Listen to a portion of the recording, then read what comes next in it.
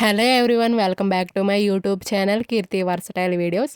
ఈరోజు వీడియోలో పశ్చిమ గోదావరి జిల్లా పెంటపాడు మండలం పడమర విప్పారులో జరిగే శ్రీ మహాలక్ష్మి మహంకాళమ్మ వార్ల జాతర గురించి తెలియజేస్తున్నానండి.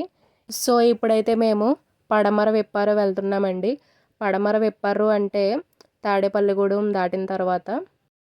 మరొక విషయం ఏంటంటే ఇది మా అమ్మమ్మ గారి ఊరండి. ఈ పడమర విప్పారు అనేది ఒక మంచి పల్లెటూరు. పల్లెటూరు అనగానే మనకు వెంటనే గుర్తుకు వచ్చేది పొలాలు, చెట్లు అయ్యే కదండి. వెళ్ళే దారంతా కూడా పొలాల మధ్యలో ఉంటుంది. ఇదిగోండి ధాన్యాన్ని అయితే పండిస్తారు. పడమర విప్పారు అయితే వచ్చేసాము. రాజమండ్రి నుంచి విప్పారుకి 3 గంటల జర్నీ అండి. శ్రీ శ్రీ శ్రీ మహాలక్ష్మి మహంకాళి అమ్మవార్ల దేవాలయానికి అయితే వచ్చేసామండి. పడమర విప్పారులో ఈ గుడి చాలా ఫేమస్. ఇదిగోండి గుడి లోపలికైతే వెళ్తున్నాము. ప్రతి సంవత్సరం ఉగాది రోజున ఈ గుడి వద్ద జాతర అయితే జరుగుతుందండి. శ్రీ మహంకాళి మహాలక్ష్మి అమ్మవార్ల జాతర జరుగుతుంది. చాలా వైభవంగా జరుగుతుంది. ఇప్పుడైతే అమ్మవారిని దర్శించుకోవడానికి వెళ్తున్నాము. ఇదిగోండి శ్రీ మహాలక్ష్మి అమ్మవారు. అమ్మవారు అయితే చాలా బాగున్నారు. ఇప్పుడైతే శ్రీ మహంకాళి అమ్మవారిని దర్శించుకోవడానికి వెళ్తున్నాము. చాలామంది భక్తులు అయితే వస్తారండి. ఇదిగోండి శ్రీ మహంకాళమ్మ అమ్మవారు.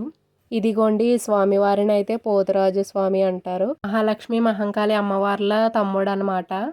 ఈ సందర్భంగా 108 కలశాలతో ఊరేగింపుగా తీసుకొని వచ్చి నదీ జలాలతో అమ్మవార్లను అభిషేకిస్తారండి.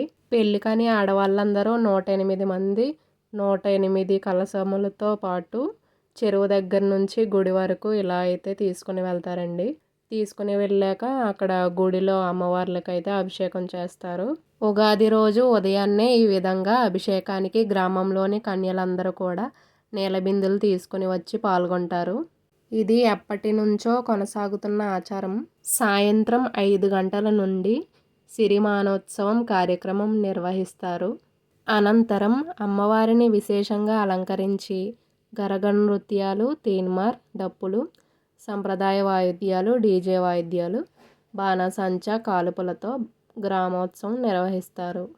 ఈ విధంగా 5 రోజులు ఉగాది జాతర అనేది జరుగుతుంది.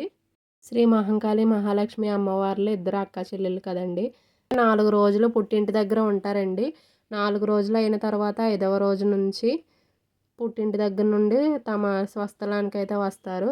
ఆదికేశవ స్వామి, జనార్దన స్వామి ఆలయం, సుబ్రహ్మణ్య స్వామి ఆలయం కూడా ఉంటాయండి. ఇదైతే పోతురాజు స్వామి ఆలయం. ఈ వీడియో నచ్చితే లైక్ చేయండి, షేర్ చేయండి. అలాగే నా ఛానల్ని సబ్స్క్రైబ్ చేయండి.